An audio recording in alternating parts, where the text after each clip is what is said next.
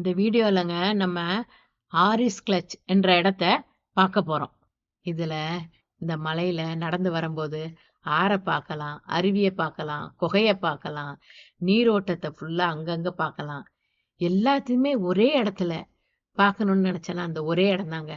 என்ன மறந்து நான் தன்னையே மறந்து நடந்த இடம் இதுதான் ரொம்ப எனக்கு பிடிச்சமான இடங்க. நான் ஒரு 45 மினிட்ஸ் 1 ஹவர் நடந்ததே தெரில. ஐயோ! என்ன திருப்பி என்ன நடக்க விட்டா கூட நான் நடந்துக்கிட்டே இருப்பேங்க.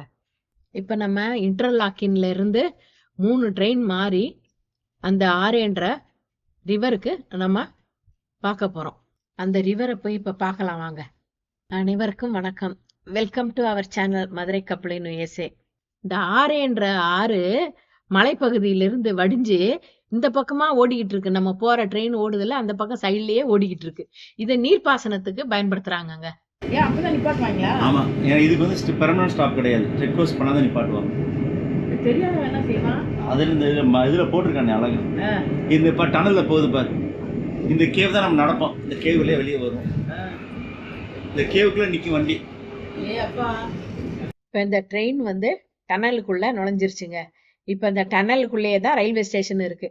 இதுல தான் நம்ம இறங்கி இந்த ஆரேன்ற ரிவரை பார்க்க போறோம்.